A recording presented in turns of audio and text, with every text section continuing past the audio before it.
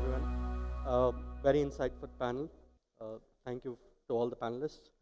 One of the things that came out while I was listening to the panel was that how technology is going to be prudent and useful in building a sustainable and a long-term business. And that's what I'm going to talk about today, is how to build a sustainable, long-term, profitable business and how MongoDB helps you do that. So last year, McKinsey and IDC did a research across organizations to understand why is software and digital transformation picking up pace, right? And there were a few things that came out. One was we're going to build 750 million apps by 2025, which is 3x of last 40 years. It also came out that all the top performing organizations in the world, 1/3 of them are actually selling software. It also came out that the enterprise data, so Vinayak spoke about why data is critical, enterprise data is going to be distributed more than 75% to the cloud by 2025. Right? And underneath all is the developers who are building these applications, and the reduction in building a new application and launching it is going to reduce by 30 times by 2025.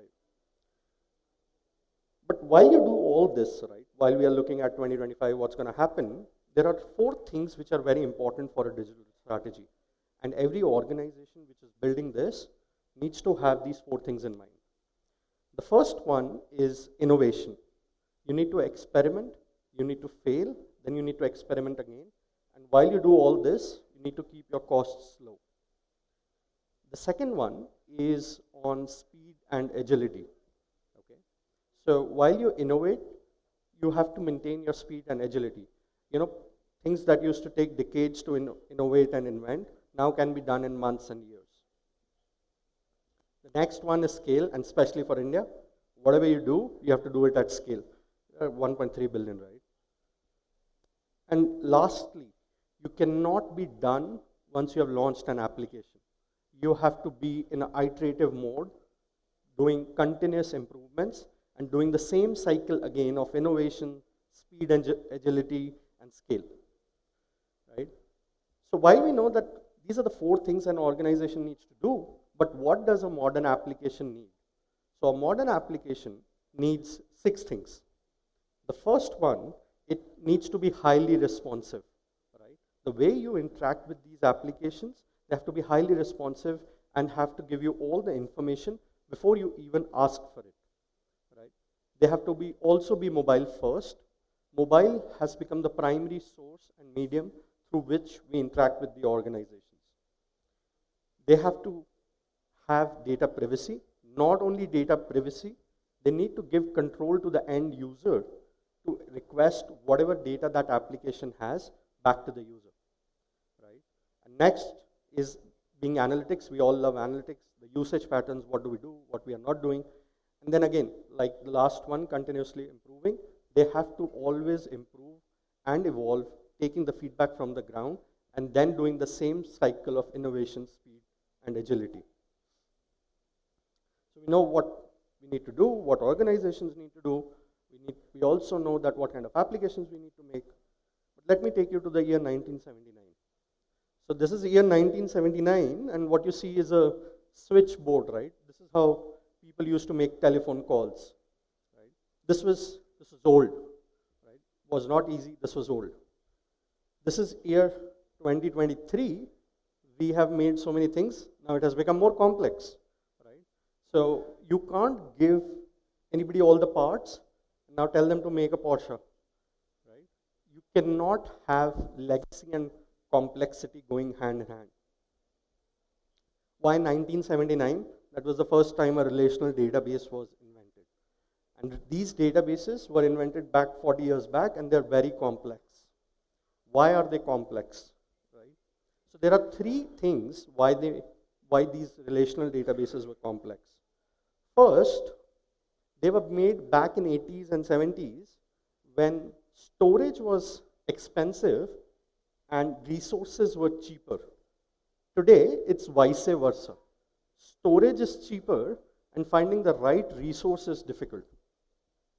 Second, they were in a tabular format, right? Those redundant rows and columns, and they didn't resonate with the developers who are using object orientation to build the next wave of technology. And the last is they were rigid, not flexible, right? They could just function in one way. The applications that are being built today are flexible, are growing, and are scaling. And these databases, mind you, could not scale at that pace. Right? So what did organizations do is they made these legacy applications, the applications that existed, and to solve for that rigidity scale, they started putting band-aids on it. Okay? What's a band-aid is you have, for example, a e-commerce portal, you've got all catalogs, you have got order management, warehouse management, and then you put in, say, your own payment gateway. As soon as you do that, your relational database might not help you with that new use case. So what do? You put in another database or a niche technology behind it. Right? What it did to the whole architecture, it made it very complex, and it gave it a form of, that application a form of a spaghetti. Right? So you had your application, you had your databases, you put in a new thing, you add more technology to it. You put another thing, you add more database to it. You put another use case, you evolve, you have got another thing to support that thing. And finally, once you have ended creating the ecosystem of your application, what you're left with is a very complex architecture which nobody can understand, and a spaghetti-like thing. Right? And that's why we realized that what does the market need to solve this thing? Right? So the market needs three things. Okay? So to eliminate this complexity and make it very user-friendly for the developers to build technology, there is a developer data platform that the market needed, which was formed of three things. First, it had to be easy to use. You don't need to learn tons of technology to build an application. It has to be very easy to use. It has to be intuitive to developers on how they think and how they build applications. The next one is that it has to support a broad and a variety of use cases, because you don't know what you're going to build in 2025, right? What's the new use case coming up? For example, 2 years ago, you didn't know what kind of generative AI applications you will be inculcating or implementing in your existing application.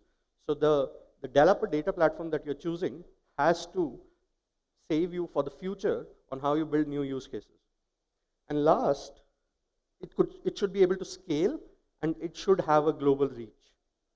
This is where we introduce Atlas, our developer data platform. So we took those three pillars, and then we mapped Atlas, which is a developer data platform, on top of it. The ease of use and intuitive for developers is the document model. You don't need to think in terms of rows and columns. You just put it there, just keep dumping. You don't need to define your schema. The second is, in the center, you have got a unified layer. What is that unified layer? It helps you support different use cases, new workloads, which you are building or which you will build in the future. For instance, just in June, we launched vector search, which helps you build generative AI applications in MongoDB. And the last, it is resilient. You can run it on cloud, you can run it on-prem, you can run it in a hybrid fashion. This also gives you scale and resilience along with security while you are building applications. You remember that legacy slide, the switchboard and complexity on Porsche? You use Atlas, this is where you end up. Right? You don't have to think about building on a legacy database or complexity. It's a ready-made product for developers to build their next wave of applications. A little bit about Mongo. We are 43,000 customers plus globally. We've got 325 million downloads. We are one of the largest open source organizations in the world. 2 million plus Atlas clusters. Each cluster is holding different applications running live on Mongo. What is interesting, right? I started the slide with telling you about 750 million applications in NEC by 2025, and we are seeing this. We are seeing this happening. The downloads of MongoDB in the past 12 years cumulative, and for the last 12 months have been greater in the last 12 months. Right? And it's just not globally. So IDC says that by 2024, India is going to surpass MongoDB, is going to surpass US as the largest developer nation. Right? We are just second, and a couple of years ahead, we are going to surpass. 4 years ago, when I started in Mongo, I was the 50th employee. Now we have got like 700 people just focusing on India, where we are building the next wave of technology. Right?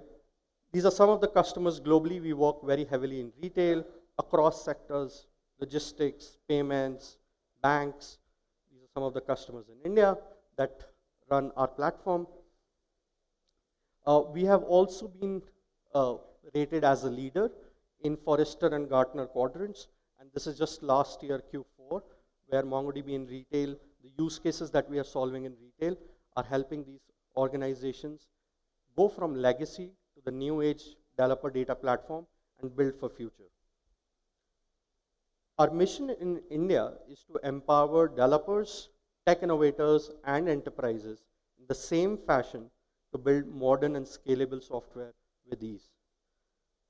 And with this, I'll leave you with food for thought on what you're going to build next using the developer data platform. Thank you.